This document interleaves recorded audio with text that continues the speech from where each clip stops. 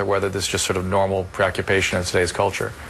Yeah, I think the threshold is really how much it's interfering with their life. You know, are they dropping out of school because of it? Are they... How about relationships? Are they unable to have relationships? Are they unable to have sex in their relationships because they're concerned about it? Is their distress so severe that they're feeling extremely depressed, suicidal? Let me ask Chris something. Did you have more serious symptoms associated with this? Did you get very depressed?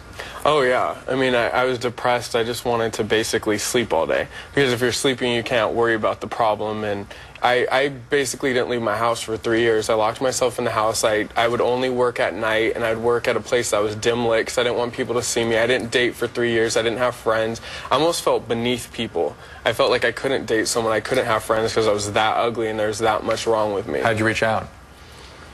I actually attempted suicide in September of 2002. I just couldn't handle it because it was the only thing going on in my head. Nothing else mattered.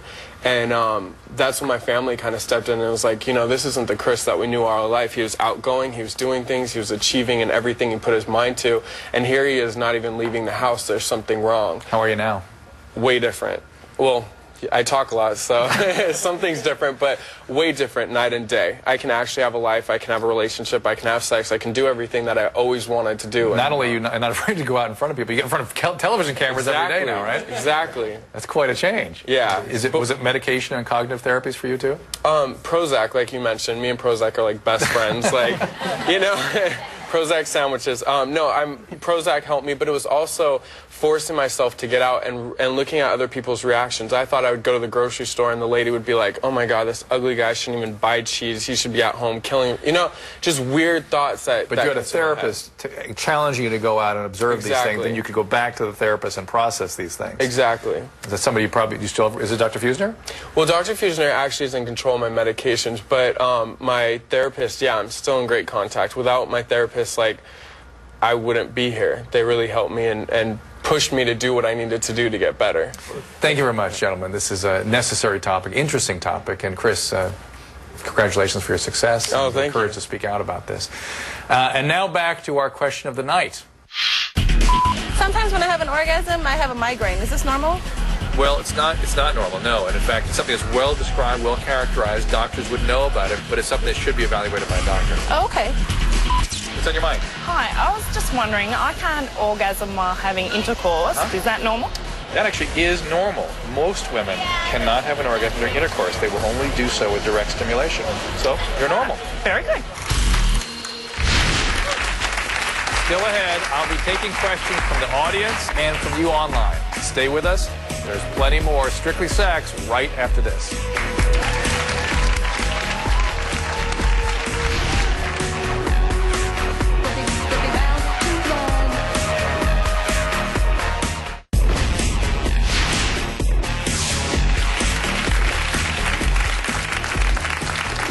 Welcome back. Tonight we've been talking about issues that could make you wonder whether or not you're normal. Is it about your sex drive, your body, or your physical response to sex? Just about everyone has asked a question like this at one time or another.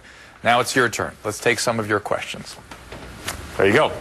Yeah, I take a lot of spinning or cycling classes, and I was wondering if that could eventually affect my ability to orgasm. Have you noticed a problem?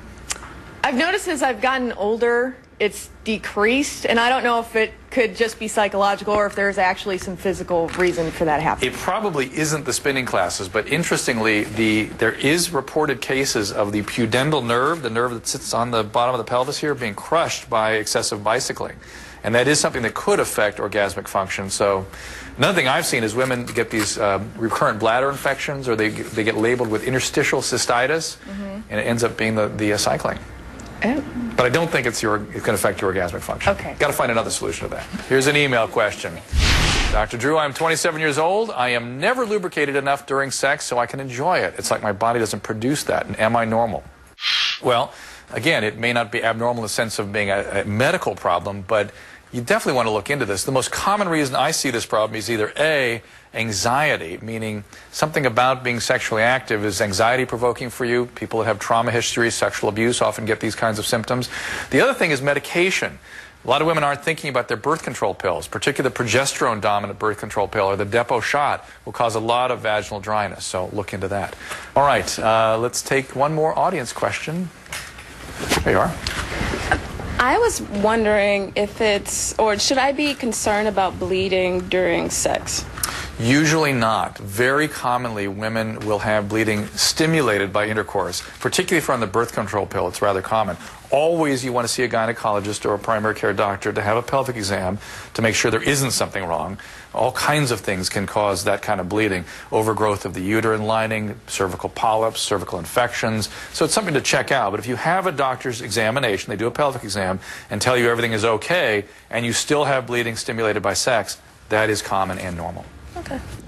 Well, that's it. Now, one of the first thoughts that people have about sexuality, I suspect, is, am I normal? And I hope we've dispelled some of those fears today. And as you've seen, the range of what's normal is pretty diverse. But of course, if you do have questions, please don't be embarrassed to talk to your doctor. We've said that many times tonight. And that's it for Strictly Sex. If you have any questions or want more information about tonight's show, or any sexual matter for that matter, you can check out our website at discoveryhealth.com.